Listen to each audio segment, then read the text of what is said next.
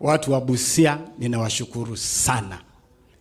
All the 48,800 of you, led by our gallant candidates for all positions, from MCA to governor, all our party coordinators, all of you wherever you are seated, all of you presidential agents who braved incredible pressure to deliver this, I tell you, God bless you.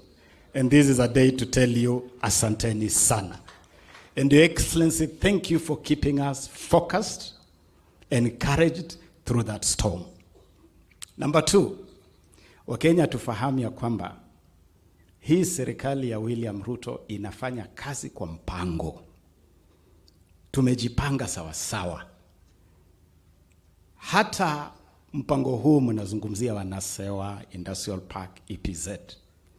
Kumbukeni ya kwamba tarehe 6 mwezi wa 5 mwaka uliopita 2022 tumekusanyika pale Mungatsi TTI for the Busia Economic Forum. Na hizo forums zimefanyika katika kila county. And in every county, through those economic forums, we identified county priorities. And we came up with a county blueprint. Now we are rolling out that blueprint. That industrial park, that EPZ, is a direct product of the Mungatsi Busia Economic Forum. Tufahamu hivyo. Kazi kwa mpango. And my brother Okia, my very good friend, you know, you used the court platform because it was the only platform available to you. Nimesikia ukiambia rais utaenda mahakamani. Mimi, I'm an officer of the court, I'm an advocate of the High Court of Kenya. Lakini sasa watu wa Busia wamekupatia forum. You are the honorable senator of the great county of Busia. You don't need the courtroom no more. You need the floor of the Senate of the Republic of Kenya. I want to ask you, my brother, deploy that national forum. Represent the people of Busia. If you have any issues with the finance bill or the budget policy statement, go to the floor of the Senate and reflect the will, the voice of the people of Busia. And the Greek used to say, Vox populi, vox Dei. The voice of the people is the voice of God. So, achana na mahakama, sasa keti Senate. And I know if you bring proper debate to the Senate, you will add value to this finance bill. Ama namna gani? Mwisho, Your Excellency, you told us that you have shifted the paradigm from leaders and their pursuit of power to the people and their economic empowerment.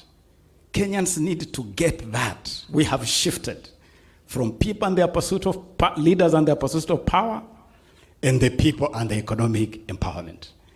And those of us who sit in cabinet, the president directs us every day on that paradigm shift. Mimi Rais amenipa amri to sort out this space of sports, youth, the arts. Na niwaambie, we inherited a decayed system. We inherited a bankrupt system. And we are trying to bring back life to that system.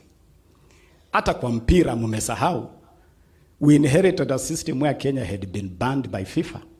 There was no football going on in Kenya at the time William Ruto was elected president. In 1 month after he appointed me minister and instructed me, told me, Waziri, I want football back. Whatever you do. Na nikakimbia kuonana na mtu anaitwa Gianni Infantino, the president of FIFA. Si tumerudisha football. The suspension was lifted. Kazi kwa mpango. Fixing the decay and the rot that we inherited. It's not easy to fix rot and decay worth 5 years. That is what we are doing. Na hapa Busia, His Excellency the President has asked me, na mimi ni mtu yake ya mkono hapa ameniambia, Busia is the county of champions. Busia is the county of McDonald Mariga. the first Kenyan to win the Champions League. Busia is the county of the only boy from Kenya who has played in the English Premier League. Busia is the county of sportsmen and women. So he has told me we must have proper sports infrastructure in Busia. Na nimezungumza na gavana, my brother. Nimekuja hapa, Your Excellency, on your instructions. I have inspected this Busia stadium. But we have agreed with Paul, as the governor, that because what we want in Busia is not a small, ordinary stadium, in honor of the great heritage of Busia as a sporting county, the county will fix this stadium. Itafanya marekebisho kidogo to make this stadium playable. But the county has now donated 50 acres as part of the Nasewa ecosystem, where we are going to construct a new sports city. And so it is going to be called Busia Industrial Park and Sports City, with a whole sporting ecosystem. And Your Excellency, we are ready.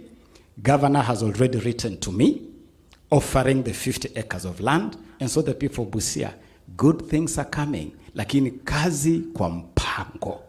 Kazi namna gani? Kwa mpango. Thank you, Your Excellency. Makofi. Sumesikia hiyo maneno? Mambo ya stadium, mambo hiyo ingine. So wacha nichukue